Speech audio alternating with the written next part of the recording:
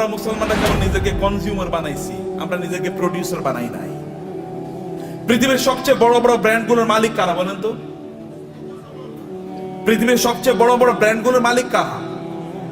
সব মুসলমান। আপনি যদি লিভার ব্রাদার্স এর কথা বলেন তাহলে কি? আপনি যদি অ্যাপলস এর কথা বলেন, এমনকি অ্যামাজন, এটা তো একটা মার্কেটিং প্লেস, অথবা আলিবাবা, এগুলো সব মুসলমানরা তৈরি করছে, মানে অমুসলমানরা। সবকিছু, সকল ব্র্যান্ডের মালিক তারা। তাহলে আমরা কি করলাম? আমরা কেবল খাই, ঘুমাই আর টয়লেটে যাই, এর বাইরে কোনো কাজ নাই।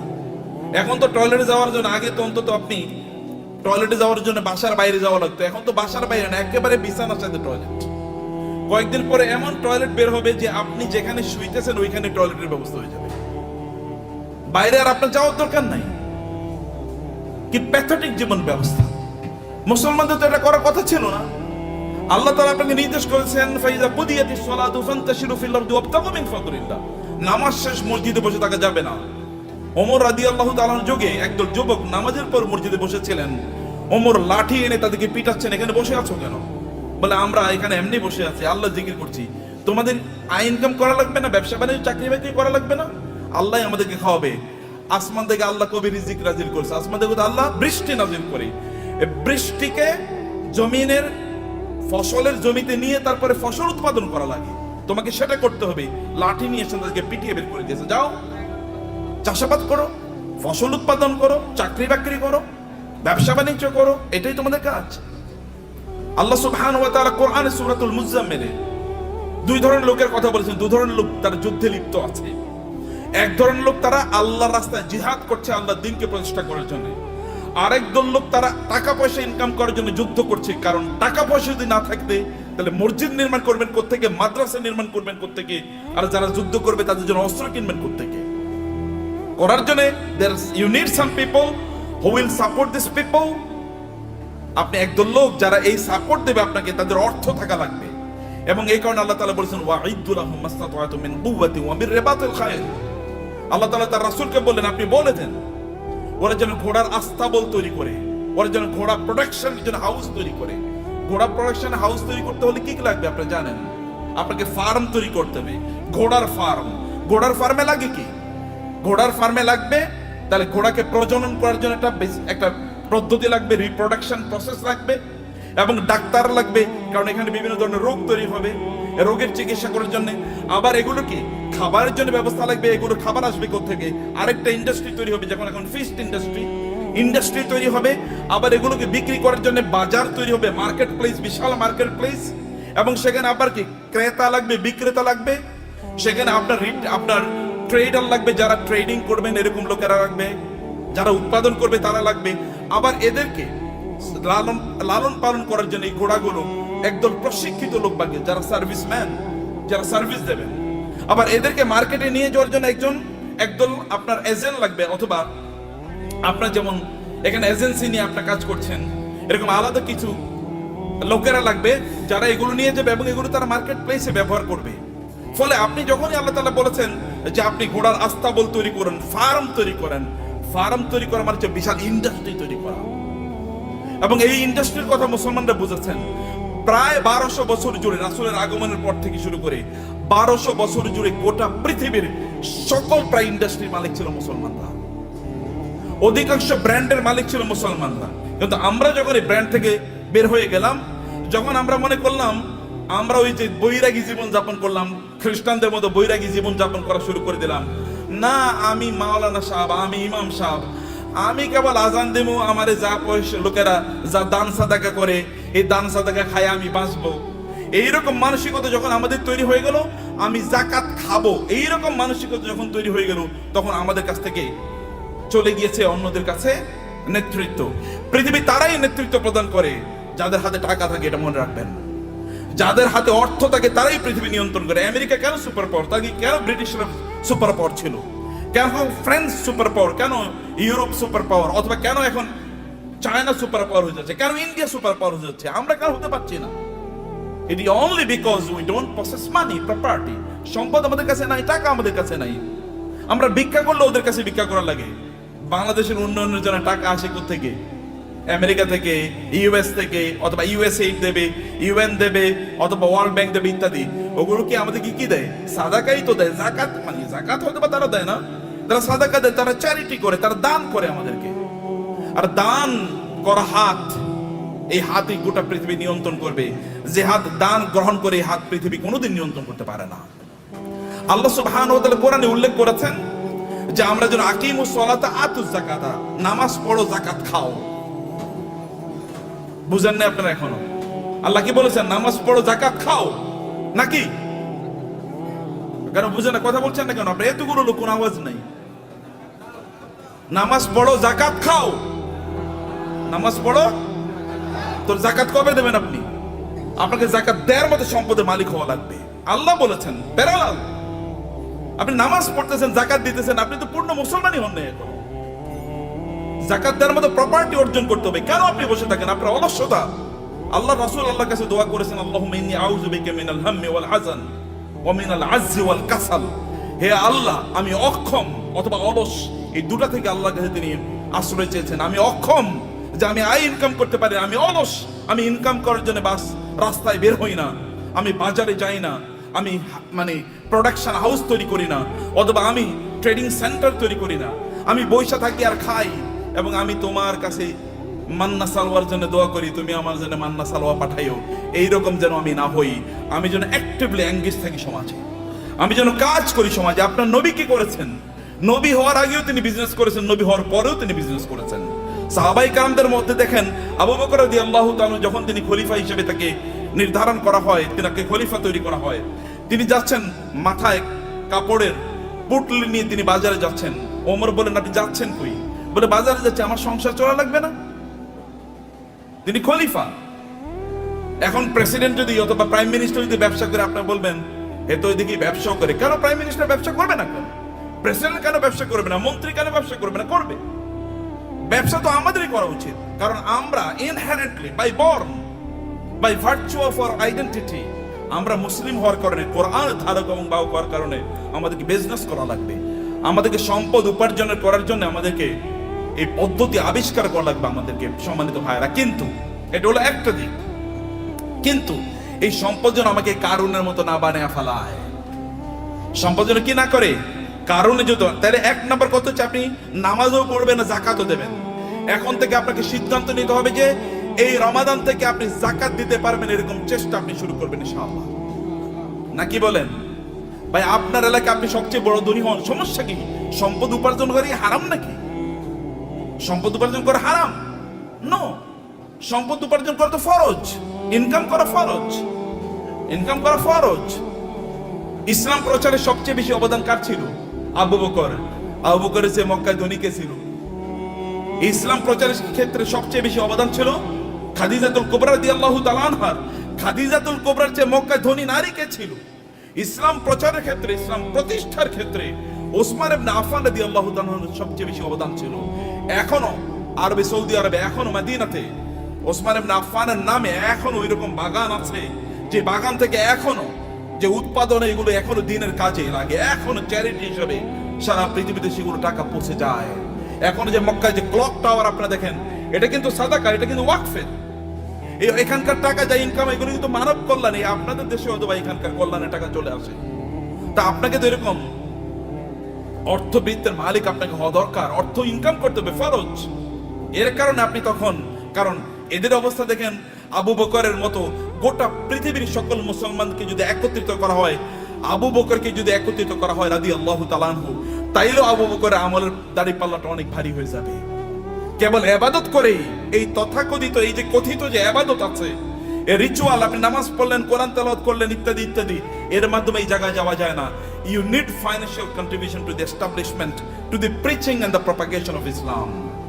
ইসলামকে মানুষের কাছে পৌঁছে দেওয়ার জন্য আপনার অর্থনৈতিক অবদান লাগবে। এই অবদানের কারণে আল্লাহ সুবহানাহু ওয়া তাআলা নামাজকে যেমনি ভাবে ফরজ করে দিয়েছেন, তিনি আমাদের জন্য যাকাতকেও ফরজ করে দিয়েছেন। এখন আপনি বলবেন যে আমি টাকার মালিক হলে যেন যাকাত দেব। আল্লাহ বলছেন তুমি টাকার মালিক হয়ে যাকাত দাও, তোমার জন্য ফরজ। টাকার মালিক হয়ে যাকাত দাও। আল ইয়াদুল উলিয়া খায়রুম মিনাল ইয়াদিস সুফলা। দানের হাত আল্লাহর কাছে প্রিয়। যে ব্যক্তি দান করে তার যে মর্যাদা, যে নেয়ার মধ্যে কি সওয়াব আছে নাকি? যে ঠিক আছে ভাই, আপনি ভিক্ষা করেন রাস্তায়, ভাই আমার একটু দেন না, এরপরে আপনার আমল নামে কেবল সওয়াব ঢুকতে থাকবে, সওয়াব ঢুকতে থাকবে নাকি? তাহলে সবাই ভিক্ষা, এবং মুসলমানরা প্রায় ভিক্ষার জাতি হয়ে গেছে। মাহফিল করলেও ভিক্ষা লাগে, মসজিদ বানাইলে হলো ভিক্ষা লাগে। কেমন অবস্থা এটা? এটা কেন আপনারা করলেন? আপনারা কেন ইসলামকে এরকম জায়গায় নিয়ে আসছেন? আমরা কেন নিয়ে আসছি? আমি আলেমদের কথা বলছি, আপনাদের বলছি না। কেন এই জায়গায় নিয়ে আসবেন? এই জায়গায় আনার কথা ছিল না। You do something in order to earn money. আপনি মর্যাদার সাথে পৃথিবীতে বেঁচে থাকবেন, আপনি দেবেন, এরকম জায়গায় আপনি যাবেন। ওমর রাদিয়াল্লাহু আনহু যুগে যাকাত নেওয়ার মতো লোক পাওয়া যায় নাই। মুসলমানদের অবস্থা দেখেন, মরুভূমিতে আফ্রিকাতে লোকজন আফ্রিকা থেকে যাকাতের টাকা নিয়ে এসে ওমর কাছে আসে, ওমর রাদিয়াল্লাহু আনহুর কাছে আসে। ওমর বলে, এগুলো কি? বলে, যাকাতের টাকা। এখানে নিয়ে আসছে কেন? মদিনায় তো যাকাত নেওয়ার মতো কোনো লোক নাই, মক্কায় যাকাত নেওয়ার মতো কোনো লোক নাই। আমাদের আফ্রিকাতেও তো যাকাত নেওয়ার মতো কোনো লোক নাই, করবো কি? আফ্রিকাতে যাকাত নেওয়ার মতো কোনো লোক নাই যখন মুসলমানদের শাসন চলেছে। এখন আমরা সব জায়গায় ভিক্ষা। আফ্রিকা মানে হচ্ছে ভিক্ষুকের জাতি, অথবা আন্ডার ডেভেলপ, লিস্ট ডেভেলপ, অথবা সবচেয়ে অনুন্নত দেশ। বাংলাদেশ মানে হচ্ছে ফকিরের দেশ, আমরা এরকম মনে করে থাকি। আপনাদেরকে দায়িত্ব নিতে হবে এই বাংলাদেশের মুসলমানদেরকে, অথবা এই সমগ্র জাতিকে অবশ্যই দারিদ্র থেকে অথবা এই ভিক্ষাবৃত্তি থেকে জাতিকে উদ্ধার করতেই হবে আমাদেরকে। এবং দুজনে ব্র্যান্ড ডেভেলপ করেন, ডু সামথিং। এটাও ইবাদত। বিজনেসের চেয়ে বড় ইবাদত নাই। বিজনেসের লোকেরা জান্নাতে নবী রাসূলদের সাথে থাকবে। আল্লাহ রাসূল বলেছেন, যারা বিজনেস করে, সৎ বিজনেস করে, তারা নবী রাসূলদের সাথে থাকবে জান্নাতে। অন্যরা কিন্তু এরকম থাকতে পারবে না। আমার মতো এরকম খালি দাওয়াত দিয়ে গেলাম আর আপনার কাছে আসলাম, আশা করছি কিছু টাকা দিলে এরপরে আমার সংসারটা চলবে, আছে কিনা এরকম? আপনার প্রফেশন কি? ব্যবসা কি? আপনার চাকরি কি? কয়লা আমি ওয়াইজ হলো আমার চাকরি। ওয়াইজ কোনো চাকরি নাকি? ওয়াজ কি কোনো চাকরি? কিন্তু আমাদের দেশে এটা চাকরি হয়ে গেছে। আপনার চাকরি কি? আমি ইমামতি হলো আমার চাকরি। নো, ইমামতি চাকরি না। আমার এরকম হওয়া দরকার, আমার সাইড বিজনেস আছে, বাকি কাজগুলো আমি এভাবে করি। প্রিয় ভাইরা, বলছিলাম 10 মিনিট, মনে 10 মিনিট হয়ে গেছে। আচ্ছা, লাস্ট 2-3 মিনিট আপনাদেরকে শেষ করে দিই। তার মধ্যে ইয়ার রব না, ভাই আছেন যে শেখ আছেন, ওনার কথা বলবেন। আপনারা তো প্রচন্ড রাগান্বিত ভিতরে, তাই না? রাগ করছেন তো কথা শুনে? আচ্ছা, পিছন থেকে কানো আওয়াজই শুনি না, ঘটনা কি? এই পিছনে একটু ক্যামেরাটা ধরেন তো দেখি সবাই আছে কিনা জীবিত। জীবিত আছেন নাকি? মাশাআল্লাহ মাশাআল্লাহ মাশাআল্লাহ। একটু হাতটা নাড়ান তো দেখি, হাতের ব্যায়াম হোক। গুড, ঠিক আছে, নামান, হাত নামান। ভাইরা আমার, সম্পদের মালিক হওয়ার জন্য আমি আপনাকে অনুপ্রাণিত করছি। আপনার সম্পদের মালিক হন, কিন্তু সম্পদের মালিক কারুনের মতো হওয়ার জন্য করবেন না। আল্লাহ সুবহানাহু ওয়া তাআলা সূরাতুল কাসাসে কারুনের ঘটনা বলেছেন। যদি সময় পান তাহলে আজকে বাসায় গিয়ে সূরাতুল কাসাসে এই কারুনের আয়াতগুলো, যেখানে আল্লাহ তাআলা বলেছেন ইন্না কারুনা, আয়াত নাম্বার হচ্ছে 40 থেকে শুরু করে 76 থেকে শুরু করে কারুনের ঘটনা পড়বেন। সূরাতুল কাসাস। ইন্না কারুনা কানা মিন কওমি মূসা ফাবাগা আলাইহিম ওয়া আতাইনাহু মিনাল কুনুজি মা ইন্না মাফাতিহাহু লাতানু বিল উসবাতি উলিল কুওয়া ইয ক্বালা লাহু কওমুহু লা তাফরাহ ইন্নাল্লাহা লা ইউহিব্বুল ফারিহিন। আল্লাহ সুবহানাহু ওয়া তাআলা বলেছেন, কারুনের গল্প আমাদেরকে বলছেন। তাহলে আমার আলোচনা দুটো পার্ট, এর একটা পার্ট আমি শেষ করলাম। আপনাদেরকে সম্পদের মালিক হতে হবে, প্রচুর পরিমাণ সম্পদের মালিক হতে হবে, যেন মানুষ যেন না বলে মুসলমানরা ভিক্ষুকের জাতি। আপনি যেন দিতে পারেন, অন্যরা যেন আপনাদেরকে দেখে বলে যে না, এটা মুসলমান, এর মতো হতে হবে, আপনি তার মতো হতে। এখন আমরা এক্সাম্পল দিতে গিয়ে এখন আমরা ধরেন তৌহিদ ভাই ছাড়া আর কাউকে এক্সাম্পল দিতে মতো দেওয়ার মতো লোক পাচ্ছি না।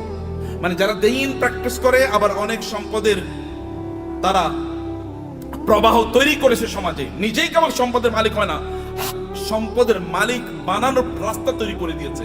এরকম লোক আমার সামনে খুব বেশি নাই।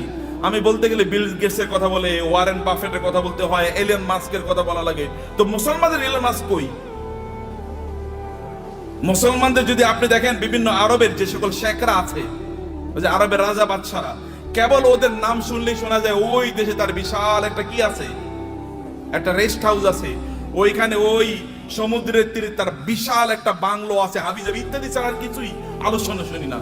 আর যখন আপনি এলন মাস্কের কথা শোনেন, তখন আপনি শোনেন যে ওই যে ইয়ের দেশে, চাঁদের দেশে এখন জায়গায় বেচতেছে, জায়গায় বিক্রি করতেছে। ওইখানে কি করে? অথবা বাংলাদেশে তার স্টার লিংক আসবে, গ্রাম অঞ্চলে সুপার স্পিডি আপনি ইন্টারনেট পাবেন। অথবা টেসলার মাধ্যমে এমন গাড়ি তৈরি করছে ওখানে কোনো কি লাগবে না, ড্রাইভার লাগবে না, এরকম একটা কথা বলেন তো আপনি মুসলমানদের। এটা কেমন জাতি? 300 কোটি মুসলমান বলা হয়, অথবা কমপক্ষে তো 200 কোটি। গোটা পৃথিবীতে মানুষ 800 কোটি, এর মধ্যে প্রায় 250 কোটি মুসলমান। 250 কোটি মুসলমান একটা টেসলার মতো জিনিস তৈরি করতে পারলো না, একটা আইফোনের মতো প্রোডাক্ট তার নাই। অথবা তার একটা কি, এই যে আমরা ইয়ের গাড়ি কি বলে, কিসের গাড়ি, এই যে মানে আমরা আমাদের বাংলাদেশে এটা এটা কি যে কি গাড়ি জানো, এটা আপনার মানে এক্স করোলা, মানে করোলা টাইপের একটা গাড়িও তো বানাইতে পারেন আপনি। বলেন তো একটা ব্র্যান্ডের নাম বলেন তো মুসলমানদের গাড়ির, একটা হুন্ডার নাম বলেন তো, একটা সাইকেলের নামই বলেন। আরে সাইকেলের নাম তো বহুত পরের কথা। এই যে সাইকেলের যে শিখ ব্যবহার, ওগুলো কি বলে? হ্যাঁ, শিখ বলে না? এরকম বানাইছে মুসলমানরা, দেখেন তো। এটাও তো চায়না থেকে আপনার আনা লাগে। তাহলে কি আমরা কি বানাইছি, করছি? কেবল খাও দাও ফুর্তি করো, দুনিয়াটা মস্ত বড়, এরকম টাইপ ছাড়া কোনো কিছু নাই। খাও ঘুমাও এবং সিনেমা দেখো আর ফেসবুক টিপাও। যে ফেসবুক বানাইছে ওর নিজেরও অ্যাকাউন্ট হয়তো বা নাই, কিন্তু আপনি এটা নিয়ে সারাদিন রাত ব্যস্ত আছেন। ও যে ইউটিউব বানাইছে ওইটা ব্যবসায়ী হাউস তার, এখান থেকে সে বিলিয়নস অফ ডলার্স ইনকাম করে নিচ্ছে, কিন্তু আপনি ওইটাই দেখেন এবং আপনি বলেন পাগলের সুখ মনে মানে আপনি, আমি কত সুখী, সারা রাত বেরা সিনেমা দেখতেছি, মজা কারে বলে? Stupid lifestyle. নো, আল্লাহ আপনাকে এই জন্য তৈরি করেন নাই, হিউজ প্রোডাক্টিভিটি তৈরি করেছেন এবং আল্লাহর মার্সি আপনার উপর আছে। আল্লাহ সুবহানাহু ওয়া তাআলা আপনাকে সেরকম ক্যারিশমা দিয়ে তৈরি করেছেন এবং এই কারণে আপনার এলাকায় আপনি সবচেয়ে বেশি সম্পদের মালিক হন এবং এর মাধ্যমে আপনি ওই এলাকাটাকে উন্নয়নের কাজ করেন। ওইখানে এমন কোন মসজিদ না থাকুক যে মসজিদে আপনার কন্ট্রিবিউশন নাই, এমন কোন মাদ্রাসা না থাকুক যেখানে আপনার কন্ট্রিবিউশন নাই, এমন কোন দিনই কাজ না থাকুক যেখানে আপনার কন্ট্রিবিউশন নাই। লোকেরা যখন চিন্তা করবে আমরা এখানে একটা দিনই কাজ করতে চাই, তখন সবার আগে আপনার নাম মনে পড়বে, অমুকের কাছে যাই। যেমনি ভাবে লোকেরা কোনো দিনই কাজ করলে, রাসূলের কোনো দিনই কাজের প্রশ্ন দেখা দিলে তার সবার আগে মনে পড়তো কার নাম? আবু বকরের নাম। আবু বকর নাম মনে পড়তো, অথবা ওসমান নাম মনে পড়তো, কারণ কেউ তাদেরকে সুপারসিড করতে পারতো না। সম্মানিত ভাইয়েরা এবং বোনেরা, সে কারণে পজিটিভলি অ্যাক্টিভলি সময় কাটান। মনে রাখবেন প্রত্যেকটা সেকেন্ডের জন্য আল্লাহকে জবাবদিহি করতে হবে। আল্লাহর কাছে আপনাকে জবাবদিহি করতে হবে প্রত্যেকটা সেকেন্ডের জন্য।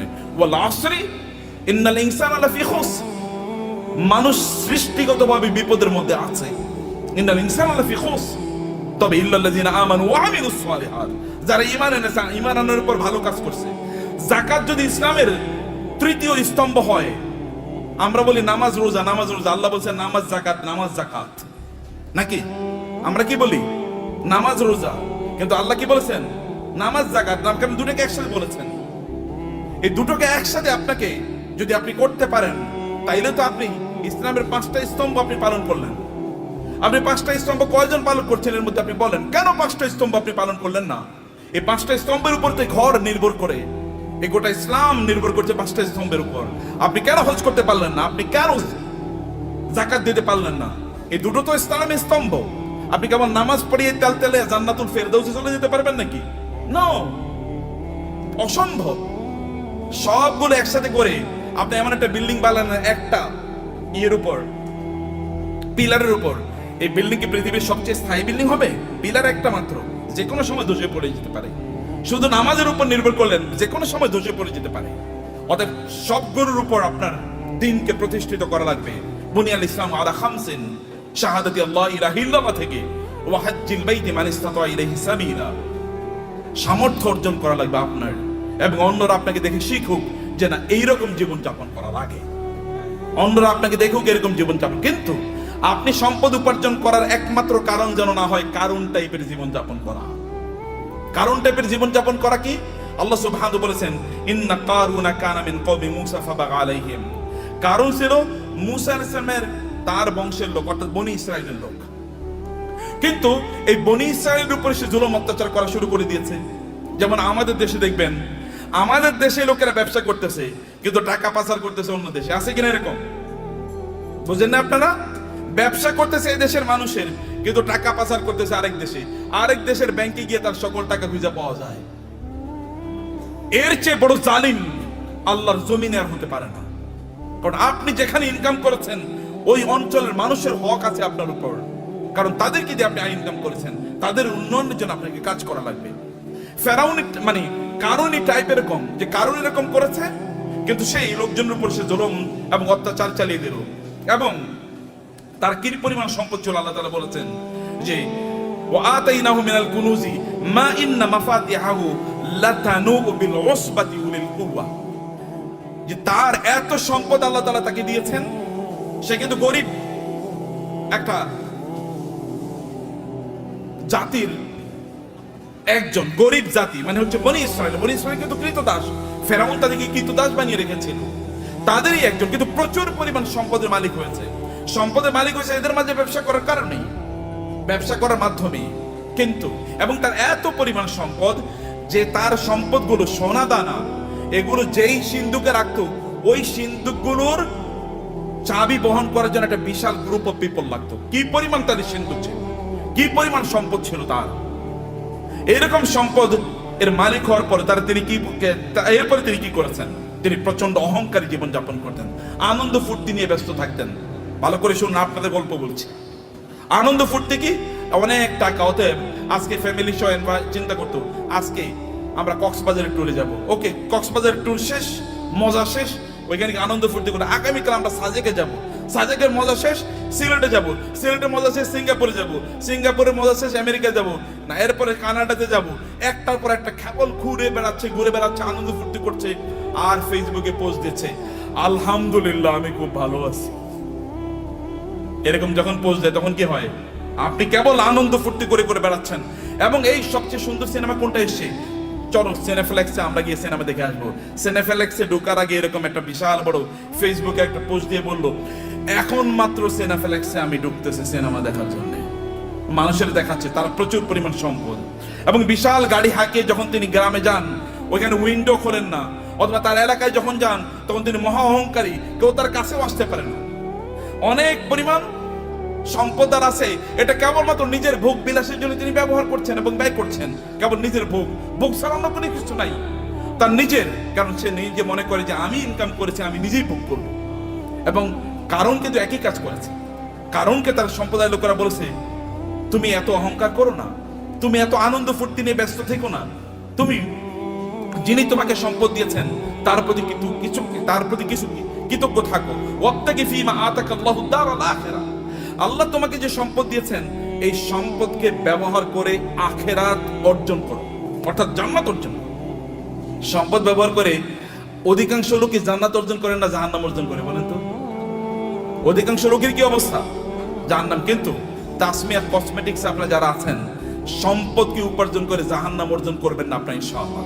কারণ আপনাদের সামনে আল্লাহর রহমতে এমন একজন লিডিং এক্সাম্পল আছেন। আমি তাওহীদ ভাইয়ের কথা আরো বলি, এত বেশি কাজ করেন তিনি দিনই, এটা আপনারা হয়তো বা জানেন না, আমি কিছু জানি।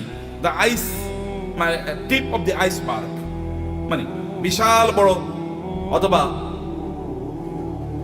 পাথর এর আপনার কি বলে আপনার এই যে সামান্য একটু হয়তো আমি জানি, তার চেয়ে বেশি আমি জানি না। বরফের বিশাল খণ্ডের সামান্য একটু আমি জানি, এক ড্রপস অফ ওয়াটার, অথবা তার চেয়ে বেশি করে আল্লাহ তাআলা কবুল করে নেন। আমি বেশি প্রশংসা করতে চাই না, আপনাদেরকে বলতে চাই প্রিয় ভাইরা, আপনাদেরকে যে কথাটা বলতে চাই আপনারা শুনুন। সম্পদ উপার্জন করেছেন কেবল নিজের জন্য না। যখন কারণকে বলা হলো তুমি এরকম অহংকার করো কেন, তখন সে বলে আমার সম্পদ আমার নিজের যোগ্যতা আমি অর্জন করেছি, উপার্জন করেছি, আমি অহংকার করব না, আমি আনন্দ ফুর্তি করব না? আমার তো থাকবে গাড়ি একটা না, গাড়ি 10টা থাকবে। এবং আপনি মানে খাবেন হচ্ছে এতটুকু, কিন্তু আপনি 10 জনের খাবার আপনি নষ্ট করবেন। আপনার লাগবে একটা, কিন্তু আপনি 10টা ব্যবহার করছেন। আপনার শার্ট আছে প্রায় 200, কোনটা যে কবে পড়বেন আপনি জানেন না। যদি প্রতিদিন একটা করে পড়েন তাইলে এরপরে সর্বশেষ শার্টটা পরার জন্য 3 বছর পরে শার্ট পড়তে পারবেন। এইভাবে আপনি আপনার লাইফস্টাইল কি তৈরি করে রেখেছেন, এটা ছাড়া আপনি কোনো কিছুই বুঝেন নাই। এবং মানুষকে আপনি দেখিয়ে বেড়ান আপনি কি পরিমাণ সম্পদের মালিক হয়েছেন।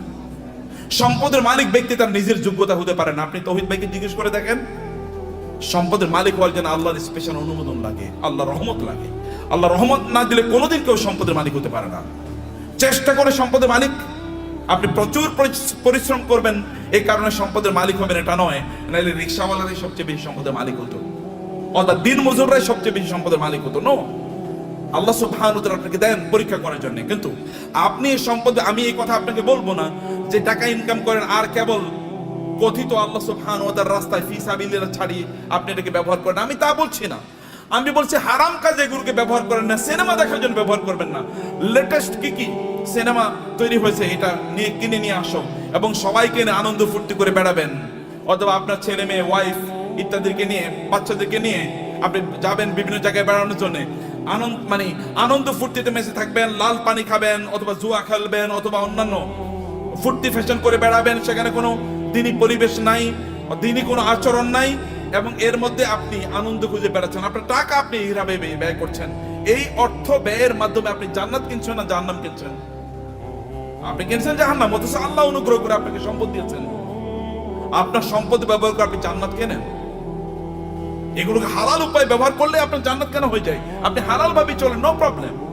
এমনকি আপনার স্ত্রীর জন্য যদি আপনি গোলাপ ফুল কিনে নিয়ে যান, সেটাও আপনার জন্য কি, সেটাও কি সওয়াব। বলবে নতুন ফতুয়া নিয়ে এসে, নতুন ফতুয়া, এটাই পুরান ফতুয়া, এটাই পুরান ফতুয়া। আপনার স্ত্রীর জন্য আপনি টাকা ইনকাম করেছেন, স্ত্রীর জন্য গোলাপ ফুল কিনে নিয়ে যান, তার জন্য নতুন একটা আইটেম কিনে নিয়ে যান এবং তাকে খুশি করেন, কারণ তাইলে আপনার সংসার ঠিক থাকবে, আপনার সন্তানটা ঠিক মতো চলবে। এটাও কি, এটাও দিনদারি, এটাও ইবাদত। অতএব আপনি হালাল পথে আপনার সম্পদগুলো ব্যবহার করেন, এর মাধ্যমে আপনি ওয়াক্তাকি ফিমা আতাকাল্লাহু দারুল আখিরা ওয়ালা তানসা নাসিবাকা মিনাদ দুনিয়া। আমি বলি না আপনি সাজেকে যাবেন না, আমি বলি না সিলেটে যাবেন না, আমি বলেছি ওখানে যান এবং আপনার সন্তানকে নিয়ে আপনি সেখানে জামাতের সাথে নামাজ আদায় করুন। লোকেরা দেখুক যে পর্যটনে এসেও তারা কি করছে, জামাতে তারা নামাজ আদায় করছে, মিস করছে না। আপনি বিচে তখন যান যখন নামাজের সময় না, লোকেরা দেখুক যে তিনি নামাজকে প্রায়োরিটি প্রদান করছেন। লোক ওইখানে গিয়েও আপনি দান সাদাকা করুন, লোকেরা দেখুক যে লোকটা আল্লাহ সুবহানাহু ওয়া তাআলাকে আনন্দ করতে এসে আল্লাহকে বলেন নাই, আল্লাহকে তিনি তার প্রায়োরিটির মধ্যে রেখেছেন। ওইখানে আপনি গিয়েছেন, এখন অর্ধ উলঙ্গ হয়ে আপনি ঘুরবেন না। আপনার স্ত্রী, তিনি সেখানে পর্দার মধ্যে থাকবেন না, আপনি তাকে দেখিয়ে দেখিয়ে শো পিসের মধ্যে, চিড়িয়াখানার চিড়িয়ার মধ্যে তাকে এরকম দেখায় দেখায় বেড়াবেন, এরকম করবেন না। তাইলে আপনি কি হলো, আপনার সম্পত্তি আপনি জান্নাত উপার্জন করলেন, জাহান্নাম আপনি উপার্জন করলেন না। আপনার সম্পদের কারণে অন্যকে ছোট তুচ্ছ তাচ্ছিল্য করে দেখবেন না, দেখাবেন না। আপনার ড্রাইভার, তাকে তুই করে বলা, আপনার সন্তানও তাকে তুই করে বলে, আপনিও তুই করে বলছেন। আপনার বাসায় বুড়ো মহিলারা কাজ করে, তাদেরকে আপনি তুই করে বলছেন, আপনি নিজেও তুই করে বলছেন, আপনার বাচ্চারও তুই করে বলে। এটা কেমন কথা বলো? তিনি তো আপনার মায়ের সমান বয়সের। আল্লাহ তাকে না দিয়ে পরীক্ষা করছেন, আপনাকে দিয়ে পরীক্ষা করছেন। লাইফস্টাইলে অহংকার যদি কেউ করে, তাহলে কারণের অবস্থা কি হয়েছিল? এত ব্যাপক পরিমাণ সম্পদ, লোকেরা তাকে দেখলে বলতো, আহা, কারণের মধ্যে যদি সম্পদ আমার থাকতো, আমাদের থাকতো। কিন্তু কোনো এক সময় কারণের এই আনকন্ট্রোল জীবন যাপনের কারণে আল্লাহ তাকে ধ্বংস করে দিয়েছেন, মাটির নিচে তাকে এবং তার সম্পদকে মাটির নিচে পুঁতে দিয়েছেন। তখন লোকেরা বলো, আল্লাহ আমাদেরকে বাঁচিয়েছেন, আমরা কারণের মতো হই নাই, আল্লাহ আমাদেরকে বাঁচিয়েছেন। সম্মানিত ভাইরা, আপনার সম্পদের প্রতি অন্যের অধিকার আছে, এই অধিকারগুলো দান করুন। মনে করবেন আল্লাহ যদি আপনাকে দেয়, তাহলে আপনার লাইফস্টাইলই কেবল বাড়াবেন না। আগে গাড়ি ছিল সাধারণ গাড়ি, এখন আপনি মার্সিডিজ বেঞ্জ কিনলেন, মার্সিডিজ বেঞ্জে এখন চলেন, এখন বিএমডব্লিউ কিনবেন। বিএমডব্লিউ এখন এগুলো সেকেলে, এগুলো এখন ছোট লোকেরা ব্যবহার করে। এখন আপনার একটা প্রাইভেট জেট লাগবে, এখন আপনার প্রাইভেট জেটেও চলে না, এখন আপনার কি লাগবে? এখন আর আপনি বাংলাদেশ থাকেন, এখন আপনি ধরেন কোথাও আপনি এই দেশে এরকম ছোট দেশে মানুষ থাকে নাকি? এখন আপনি অন্য দেশে চলে গেছেন, এখানে আপনি আসেনও না, এখানকার মানুষের প্রতি আপনার কোনো দায়ও নাই, দায়িত্ব নাই। এখানকার টাকা পয়সা লুট করে, ব্যাংকের টাকা লুট করে এবার আপনি অন্য দেশে গিয়ে পালিয়ে চলে গেছেন। এরকম যেন কোনো অবস্থা না হয়। আপনাকে নিশ্চয়ই আপনাকে এই দেশের মানুষের প্রতি আপনার যে দায় আছে, এই দায়িত্ব আপনাকে পালন করতে হবে। আমি এই বলার কথা বলে আপনাদেরকে শেষ করছি প্রিয় ভাইরা। তাহলে এক নম্বর, যে সম্পদের মালিক হন এবং হালাল ভাবে পবিত্রভাবে সম্পদের মালিক হন। মালিক অর্জনের চেষ্টা করুন, দিনরাত যা কাজ করবেন। আপনি যদি সম্পদের মালিক হওয়ার জন্য দৌড়ান, এই দৌড়টাকে আল্লাহ সুবহানাহু ওয়া তাআলা ইবাদত হিসেবে আপনার আমলনামায় লিখে দেবে। এবং দুই নম্বর বিষয় হচ্ছে, যা আয় ইনকাম করছেন, এগুলো কেবল আপনি নিজের জন্য করছেন এরকম না, মানুষের সাথে ভাগাভাগি করেন। অন্যের অধিকার আছে, পাড়া প্রতিবেশীর অধিকার আছে, আত্মীয় স্বজনের অধিকার আছে। আপনার আত্মীয়রা তারা খারাপ অবস্থায় আছে, আর আপনি পশ লাইফ লিড করেন। আপনি মুসলমান না? আপনার এতটুকু সামান্য আত্মমর্যাদা নাই, আপনার মানবিকতা নাই, মানবিক মূল্যবোধ নাই। কিয়ামতের দিন আল্লাহর সামনে দাঁড়াবেন, আল্লাহ আপনাকে বলবে তুমি এত ভালো জীবন যাপন করেছো আর তোমার আত্মীয়রা না খেয়ে মারা গিয়েছে, সেদিন কি উত্তর দেবেন? সেদিন বলবেন আল্লাহ আমার আবার দুনিয়ায় পাঠাও, আমি দুনিয়ায় প্রচুর পরিমাণ দান সাদাকা করে এবারে আমি আখিরাতে আসতে চাই। কেউ সেদিন আর পৃথিবীতে আল্লাহ তাআলা আমাদেরকে ফেরত পাঠাবেন না, কারণ দুনিয়া একবার, দুনিয়া কি একবার। সম্মানিত ভাইরা, আমি এগেইন আমাদের তাওহীদ ভাইয়ের প্রতি কৃতজ্ঞ যে এই অনার আমাকে দেওয়ার কারণে। বারাকাল্লাহ ফিকুম, থ্যাংক ইউ ভেরি মাচ। আর তাসমিয়া হার্বাল তো আমার খুবই প্রিয় প্রতিষ্ঠান, এই জন্যে যে একটা প্রতিষ্ঠান দিনের আবহে থেকে কিভাবে বড় হতে পারে এটা একটা এক্সাম্পল। এবং আপনারা এর সাথে লেগে থাকেন, নিজেরা এটাকে আরো বড় করেন, নিজেরা অনেক বড় হন ভাইয়েরা, অনেক বড় হন। এই গোটা পৃথিবীর সম্পদ যদি ভালো মানুষের হাতে থাকে তাইলে কি ওগুলো দিয়ে সিনেমা বানাইবো বলেন তো? আচ্ছা, আমাদের তৌহিদ ভাই কি ওনার টাকা দিয়ে সিনেমা বানাইবো কোনোদিন? নাটক বানাবে? এলজিবিটি কে প্রমোট করবে? অশ্লীলতাকে প্রমোট করবে? কোনো কিছু করবে না। হলে ভালো কাজে চলবে, অথবা এই যে আপনাদের জন্য ব্যয় হবে, অথবা দেশের উন্নয়নে সেটা কাজে লাগবে। এরকম মানুষের হাতে সম্পদ থাকা উচিত, এবং আপনি নিজকে ওরকম একজন রোল মডেল তৈরি করেন, এরকম একজন মানুষের পরে। এটা কিন্তু আল্লাহর নির্দেশ। আমি কিন্তু আল্লাহর কথাগুলো আপনাকে বলে গেছি আমার ভাষায়। আল্লাহর ভাষায় তো আমি বলতে পারবো না, আমার ভাষায় আল্লাহর কথাগুলো আপনাদের ব্যাখ্যা করলাম। হে আল্লাহ, তুমি এই আয়োজনটাকে কবুল করে নাও, আজকের এই কনফারেন্সকে কবুল করে নাও, এই তাসমিয়া হারবালকে তুমি কবুল করে নাও আল্লাহ, এবং এটাকে বাংলাদেশের লিডিং বিজনেস হাউস হিসেবে কবুল করে নাও আল্লাহ। আল্লাহ, এখানে যারা এর সাথে সম্পৃক্ত আছেন বিভিন্ন ভাবে, আল্লাহ সবাইকে তুমি কবুল করে নাও আল্লাহ, এবং সবার ব্যবসার মধ্যে তুমি বারাকা দান করো আল্লাহ। আর এরা সবাই যেন অন্যদের জন্য রোল মডেল হতে পারে, অন্যদের জন্য আদর্শ হতে পারে আল্লাহ। সবাইকে তুমি সেই স্ট্রেংথ এবং স্টামিনা দান করো আল্লাহ। আমাদের সবাইকে আমাদের সম্পদ দিয়ে যেন আমরা আখিরাতে তোমার কাছে যেন একটা ঘর বানাতে পারি আল্লাহ। তোমার কাছে আমাদের জন্য ঘর বানায়া দিও, আমরা সেভাবে আমাদের সম্পদগুলোকে যেন ব্যয় করতে পারি, এবং অন্যের প্রতি আমাদের যে দায় আছে, দায়িত্ব আছে, মানুষের প্রতি আমাদের যে দায় আছে, সেটা যেন আমরা পালন করতে পারি। আমাদের সম্পদের কারণে যেন আমরা অহংকারী না হয়ে উঠি, আমরা কেবল যেন শো অফ না করি, আমি দেখাই যে আমার এরকম আছে, এবং অন্যরা এটা দেখে ইনফেরিয়রিটি কমপ্লেক্স, এটা যেন না হয়। আপনি ভাবির জন্য বিশাল বড় গয়না কিনে নিয়ে গেলেন, এবার আপনার ওয়াইফ আরেকজনের, আপনার কোনো মানে তার কোনো কাজিনের অথবা তার কোনো বান্ধবীর অথবা অন্য কাউকে বললো, দেখো আমার স্বামী কিন্তু আমার এটা দিয়েছে। এরপরে উনি তো তার স্বামীর সাথে এবার ঝগড়া বিবাদ লাগলো, আমার বান্ধবীরে আমার বান্ধবীর স্বামী এরকম দিছে, তুমি আমারে দিলা না, তো তুমি তো আমার প্রতি জুলুম করছো, আমি তোমারে বিয়া করে এই জীবনটা শেষ হয়ে গেল আমার। এটা শো অফ করার জন্য না, আল্লাহর প্রতি কৃতজ্ঞতা। যত আল্লাহ দেবেন তত কৃতজ্ঞতা বাড়িয়ে দেন। আল্লাহ আপনার মাথা উঁচু করে দিয়েছেন, যিনি মাথা উঁচু করে দিয়েছেন তার জন্য মাথাটা কি হবে? অবনত হবে, সেজদায় বেশি লুটিয়ে পড়তে হবে, তাইলে তিনি আপনার মাথাকে উঁচু করে দেবেন। থ্যাংক ইউ ভেরি মাচ, জাযাকুমুল্লাহ খায়র। আল্লাহ সুবহানাহু ওয়া তাআলা আমাদের সবাইকে অনেক অনেক কল্যাণ দান করুন, আল্লাহুম্মা আমিন। হাযা ওয়া সাল্লাল্লাহু সুবহানাহু ওয়া তাআলা নবিয়ানা মুহাম্মদ ওয়া আলিহি ওয়া সাহবিহি আজমাইন। সুবহানাকাল্লাহুম্মা ওয়া বিহামদিক, আশহাদু আল্লা ইলাহা ইল্লা আনতা আস্তাগফিরুকা ওয়া আতুবু ইলাইক। ওয়াসসালামু আলাইকুম ওয়া রাহমাতুল্লাহি ওয়া বারাকাতুহু।